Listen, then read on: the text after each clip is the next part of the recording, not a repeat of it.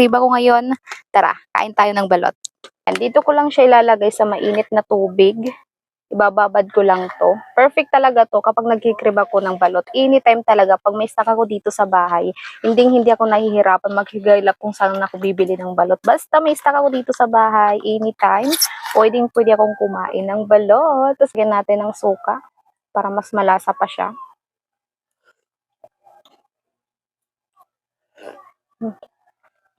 Ito yung kinuha ko is spicy. Talagang maanghang din po siya, pero saktong-sakto lang yung anghang niya. Ganito yung itsura ng balot.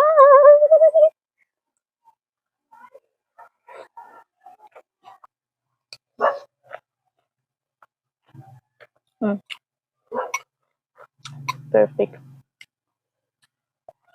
Craving satisfied talaga.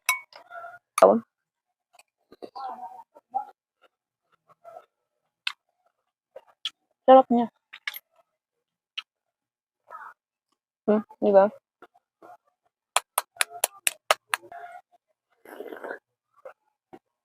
Ching.